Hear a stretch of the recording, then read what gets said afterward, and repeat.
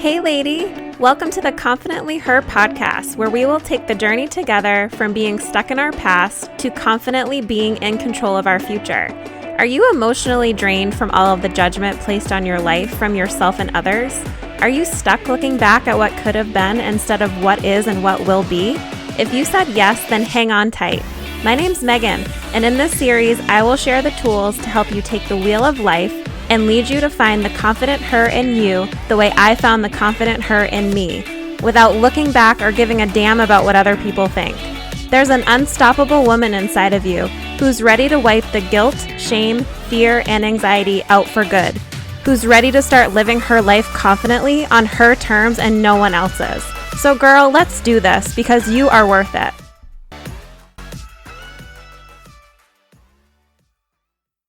Hey girl.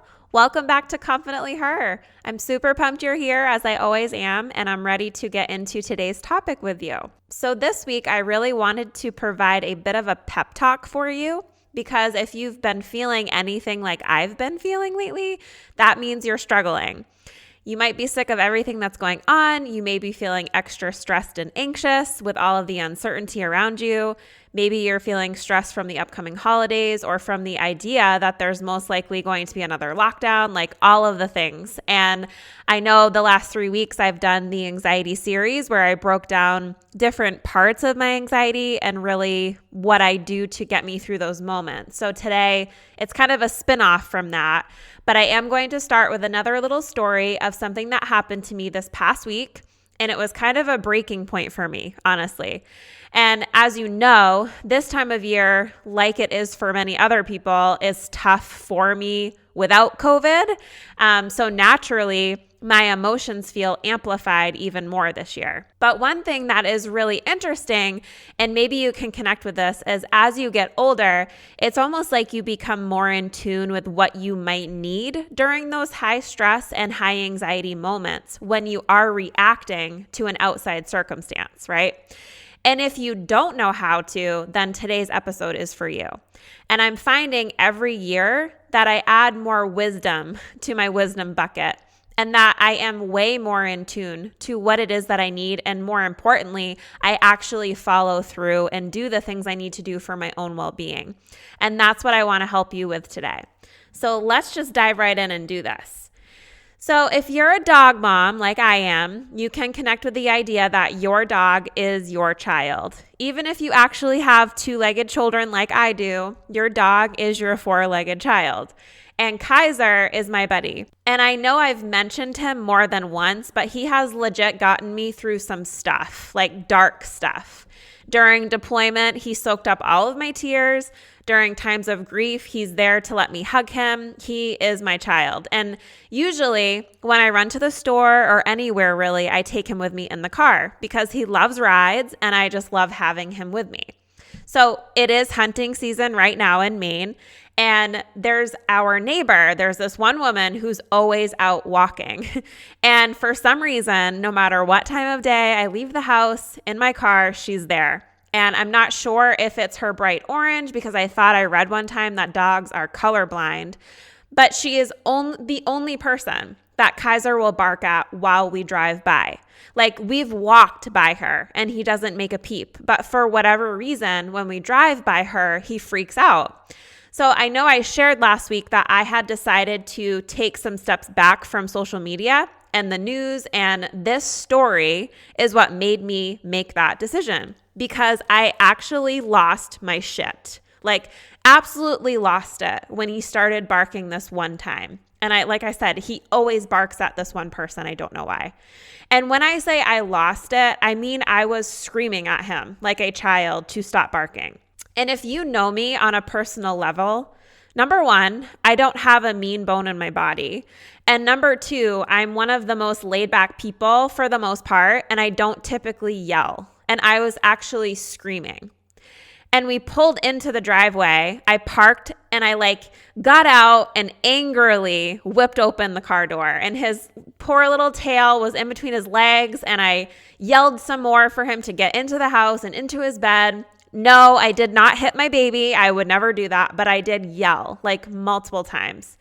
And immediately after that moment, I walked into my bathroom and completely broke down, like tears, sobs, and like boogies in the mouth sobbing. And it was in that moment, I looked at myself in the mirror and realized I needed to really do some work. Thought work is something I've been working on for a really long time. And to be honest, I have really slacked on the things that help me manage my stress and anxiety these last couple of months. And I don't even know why, because I feel like it's probably one of the most important times that I need to be working on it. And I've been feeling it build up for a couple of months. And you know what happens? It's just like that branch in the middle of winter on the tree. All of that heavy snow piles up and eventually that branch will snap. And this was my snapping moment. I felt so guilty and so bad and embarrassed by myself for having reacted in that way. And I called my husband up bawling and told him what happened. And again, I knew that I had reached that point where I needed to focus on managing my stress because I had reached a very unhealthy, unrecognizable version of myself. Something that helps me is turning down the noise around me, if you will. And part of this for me is social media. It's the news, right? I shared last week protecting my peace. And I invite you to think about things that protect your peace and practice them often, more so now than ever, honestly. Like there's so much uncertainty and new stresses in our world right now, and we really need to protect our peace. That's the only thing that we can control, right? We can't control things going on around us, but we have the power to protect our peace. And typically for me, if I'm lashing out or I feel angry all of the time, that is a sure sign that I'm not managing my emotions in a way that serves me. And I'm not saying it's not normal to have these emotions, of course, because you are human. But you should never feel like that is the only way you are feeling, right? You shouldn't feel like you're stuck in that one emotion. And anger is not fun. It's not a good feeling. Maybe you've yelled at your kids or your husband over something small. I've done these things too. Stress is never going to go away. There's always something that's going to stress you out externally, right? Maybe work stress, family stress, financial stress, holiday stress. The problem is we tend to label stress as a bad, negative thing, when typically all it is really a sign for us to move in some way. We're conditioned to try and remove stress or run from it. I see it all the time, out on social media, out on the internet, ways to reduce stress. And I've learned time and time again that that's actually not reality, and that stress can actually serve us. It's all in our perception of it. And a lot of the time, stress is a direct result of how we're viewing our circumstances. I can't tell you how many times I have read on my social media feeds lately that COVID is making so-and-so angry, when really, COVID is not making anyone angry. COVID is a neutral circumstance. It is our thoughts around COVID that are making us angry, and we can change our thoughts. And now, I'm not saying that I'm not sick of COVID and the pandemic, because I am, like we all are. We were told back in March, 2-week lockdown to slow the spread, and here we are months later still dealing with it. So I am the first to admit I am absolutely sick of it. But I refuse to let my outside circumstances drive the emotions that I feel, because again, it comes down to your thought work. And you do have the choice in the thoughts you choose to think and feed your brain during this time. And guess what? If you're choosing to think the thoughts that your life sucks because of COVID, then you're right.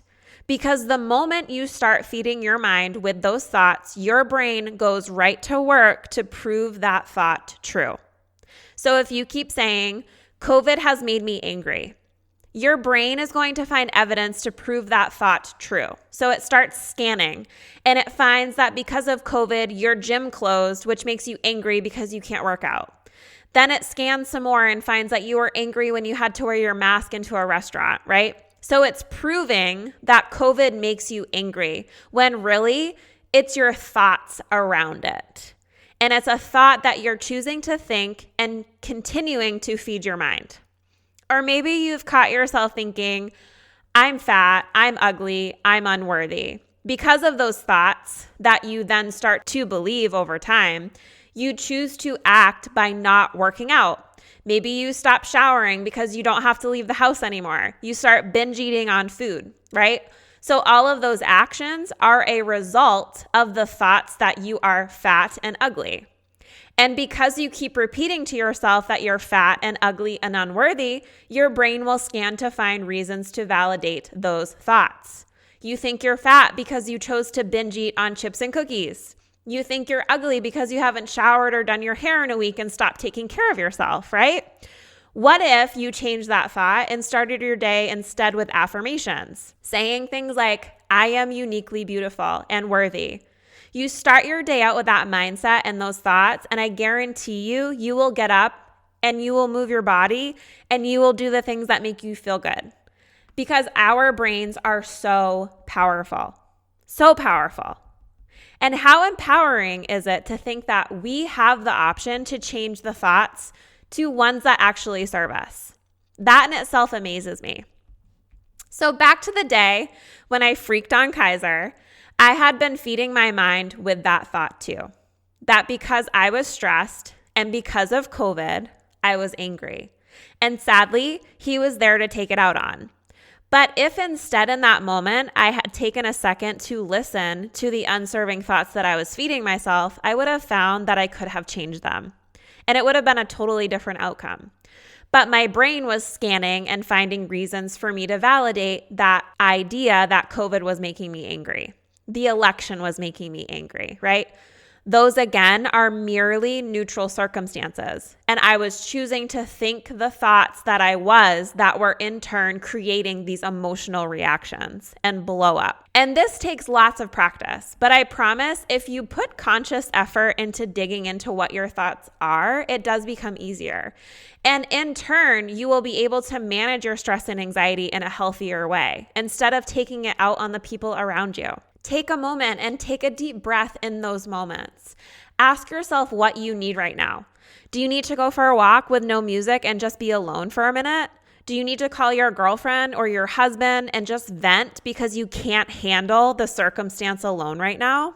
Do you just need to have a good cry? When I finally calmed down and asked myself these serving questions, I found that I needed a little bit of all of those things because, again, I had stopped managing my emotions months ago. And I had stopped practicing, I had stopped managing, and I stopped protecting my peace. I took myself off social media and the news for the whole week. I took baths at 9 a.m. after my workout to meditate and breathe. I journaled my emotions. I cried a lot. I talked to my husband every day, and I called a girlfriend to vent. Taking care of yourself is not selfish. It's necessary. You cannot pour into your children, your relationships, or your job if you're not filling your cup first. You can't start thinking better serving thoughts until you take care of you. You can't manage your stress and anxiety until you take care of you. And it is your choice if you are deciding to think the thoughts that are not serving you and bringing you down. It is your choice if you are placing the blame for your feelings on all of the outside circumstances right now. It is your choice not to put in the work. So I am inviting you today to start putting in the work with me. You can find joy during these challenging times. You can manage your stress and anxiety through these uncertain times. And it all begins with you. And it all begins with your mind. Start there, and I promise everything else will fall into place. I will talk to you next time. Thank you so much for listening in today. If this episode really resonated with you, I would so appreciate it if you leave a review or share it with a girlfriend. Tag me on Facebook or Instagram, and I'll send you a personal thank you. We'll talk again soon, lady.